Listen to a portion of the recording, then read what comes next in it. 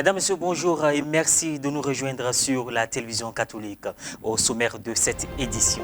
Le premier conseil permanent de l'année pastorale 2021-2022 de la conférence des évêques catholiques de Côte d'Ivoire a eu lieu du 23 au 25 novembre 2021 à Abidjan-Cocody, Riviera 3. À l'ordre du jour figurait notamment l'état d'avancement de la lettre pastorale sur l'éducation, l'affiliation des grands séminaires à l'UCAO, le synode des évêques et la prochaine assemblée plénière, la 120e qui se tiendra du 24 au 30 janvier 2022 dans l'archidiocèse de Gagnoa. Le point dans un instant. Et puis le jeudi 25 novembre 2021 a eu lieu au centre culturel de la cathédrale Saint-Paul du Plateau une conférence avec le thème Vaccin de la Covid, implication et engagement de l'Église. Une conférence animée par les professionnels de la santé en présence des participants venus s'informer sur la pandémie. Le premier conseil permanent de l'année pastorale 2021-2022 de l'épiscopat ivoirien s'est tenu du mardi 23 au jeudi 25 novembre 2021 à leur siège à Abidjan-Cocody, Riviera 3. Au cœur des échanges des prélats siégeant au sein de cet organe, l'état d'avancement de la lettre pastorale sur l'éducation, l'affiliation des grands séminaires à l'UCAO, l'Université catholique de l'Afrique de l'Ouest, le synode des évêques dont la phase diocésaine 2021-2023 a démarré depuis le 17 octobre dernier. L'autre point majeur au cœur de leur réflexion, c'est la préparation de l'ordre du jour de leur prochaine assemblée plénière, la 120e qui se tiendra du 24 au 30 janvier 2022 dans l'archidiocèse de Gagnoa. La nouvelle traduction du missel romain en langue française, disponible depuis le 29 octobre, entre en vigueur ce dimanche 28 novembre, premier dimanche de l'Avent.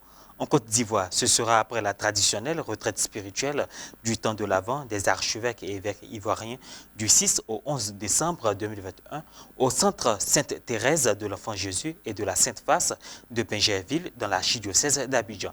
L'usage de ce nouveau missel sera rendu obligatoire le dimanche 10 avril 2022, jour des rameaux. Il est à noter que ce missel est le fruit de 15 années de travail effectué par des experts de la commission épiscopale francophone pour les traditions liturgiques établie par la Congrégation pour le culte divin et la discipline des sacrements. Dans le but de faire une plus grande sensibilisation, dans l'après-midi du jeudi 25 novembre 2021, s'est tenue au centre culturel de la cathédrale Saint-Paul du Plateau une conférence ayant pour thème le vaccin de la Covid, implication et engagement de l'Église. Comme l'ont répété les professionnels de la santé, les risques d'effets secondaires graves d'un vaccin sont infimes par rapport aux risques de la maladie elle-même. Un compte-rendu de Maria Bissier commenté par Morel Poti. Le jeudi 25 novembre 2021 s'est tenue au centre culturel de la cathédrale Saint-Paul du Plateau une conférence portant sur le thème « Vaccin de la Covid, implication et engagement de l'Église ». Les participants sont venus s'informer sur le rôle de l'Église dans un tel contexte. Depuis le premier cas jusqu'à ce jour, 3 vagues ont été observées en Côte d'Ivoire et chaque étape s'est avérée beaucoup plus mortelle avec l'apparition de nouveaux variants, a souligné le directeur de l'Institut national d'hygiène publique, professeur Joseph Beignet-Bivreau. Donc, on a eu ces 3 vagues. Vous voyez, on n'échappe pas. La première vague, celle qu'on a connue en juin-juillet 2020. On a connu celle de l'année dernière, en début d'année, avec les fêtes de fin d'année. Et on a connu celle-là qui vient à peine de finir. Et on redoute encore une autre vague encore pour le début de l'année, parce qu'on va recommencer à fêter. Et cette 3e vague-là, elle est peut-être plus petite, mais elle était plus meurtrière que celle qui la précède. C'est la particularité de cette maladie aussi. Et compte tenu de la gravité et la hausse des taux de contamination, des vaccins homologués ont été soumis aux populations à travers le monde afin de freiner la maladie. Bien que parmi ces vaccins, certains ont été mal acceptés dû au fait des effets secondaires post-vaccination. Dans ce sens, une explication de la conception des vaccins a été donnée par professeur Hortense Fayet-Kété, microbiologiste à l'Institut Pasteur. Vaccin à vecteur viral, c'est l'AstraZeneca. Donc c'est un vaccin, c'est-à-dire qu'on a pris une toute petite partie du virus de la Covid et on a mis ce virus-là dans un autre virus qu'on appelle adénovirus. Et certains scientifiques pensent que les effets secondaires qu'on a pu observer avec le vaccin AstraZeneca pourraient être liés au fait qu'on a mis un virus dans un autre virus. Pour en venir au thème de la conférence qu'est vaccin de la Covid, implication et engagement de l'Église, le pape François invite tous les chrétiens catholiques dans cette situation de crise sanitaire au respect de toutes les mesures barrières établies et surtout à se faire vacciner pour l'éradication de cette pandémie mondiale. Et en ce sens, il encourage à l'amour du prochain en acte. Et justement, une manière d'aimer le prochain, c'est le vaccin. Ce que vous avez entendu d'un point de vue scientifique, le pape le dit d'un point de vue pastoral, pour encourager les gens à aller se faire vacciner. Cela ne veut pas simplement dire qu'on se protège soi-même, mais on protège également d'autres personnes. Et le pape, l'homme des symboles, commence par lui-même. Nous l'avons vu, les deux papes se sont fait vacciner. Et à un moment où le doute planait encore, et beaucoup de chrétiens tremblaient. Ils se disaient, bon, nous avons eu deux papes à la fois, peut-être que les deux papes mourront aussi à la fois. Et nous entendons très souvent aussi le pape dire, moi je n'ai pas peur de la mort. Je suis déjà trop vieux, si je meurs, bon, je peux partir en paix.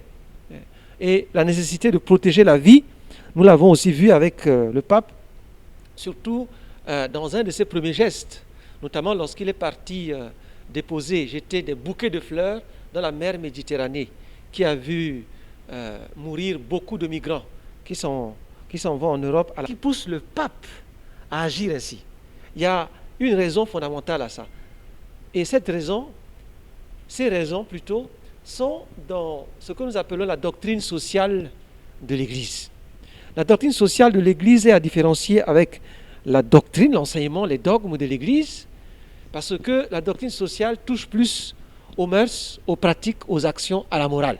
Tandis que la doctrine en tant que telle, ou les dogmes, touchent au cœur de la foi, à la formulation des vérités auxquelles nous devons adhérer pour être sauvés. Rappelons que la Covid-19 est une maladie respiratoire provoquée par un virus de la famille des coronaviridés, le SARS-CoV-2.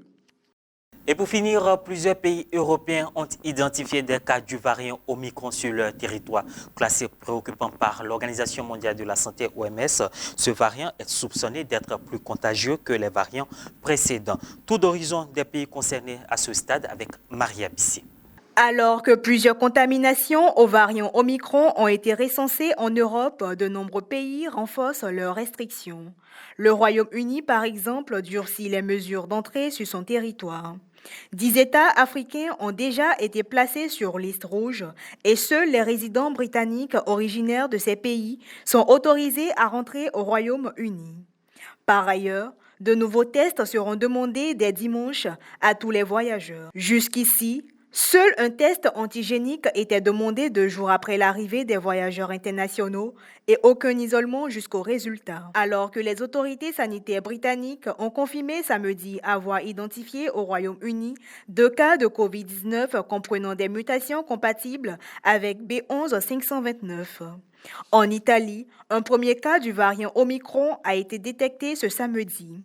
Cette nouvelle mutation est suspectée par certains scientifiques d'être plus dangereuse, car plus contagieuse et plus résistante. Des tests sont actuellement en cours pour vérifier ces hypothèses. Plusieurs villes comme Bologne, Milan ou Bergame ont déjà réintroduit le port du masque en extérieur. Rome envisage d'en faire de même dès le mois de décembre. En Allemagne, les autorités bavaroises ont confirmé samedi avoir détecté les 2 premiers cas de contamination au variant Omicron du pays chez des voyageurs arrivés d'Afrique du Sud à l'aéroport de Munich. En Autriche, enfin, près de 30 000 personnes étaient réunies à Graz pour protester contre les mesures sanitaires. Les Autrichiens sont en confinement partiel depuis le 22 novembre. Et voilà, c'est ainsi que s'achève ce rendez-vous de l'information. Merci, mesdames, messieurs, de l'avoir suivi. Portez-vous bien.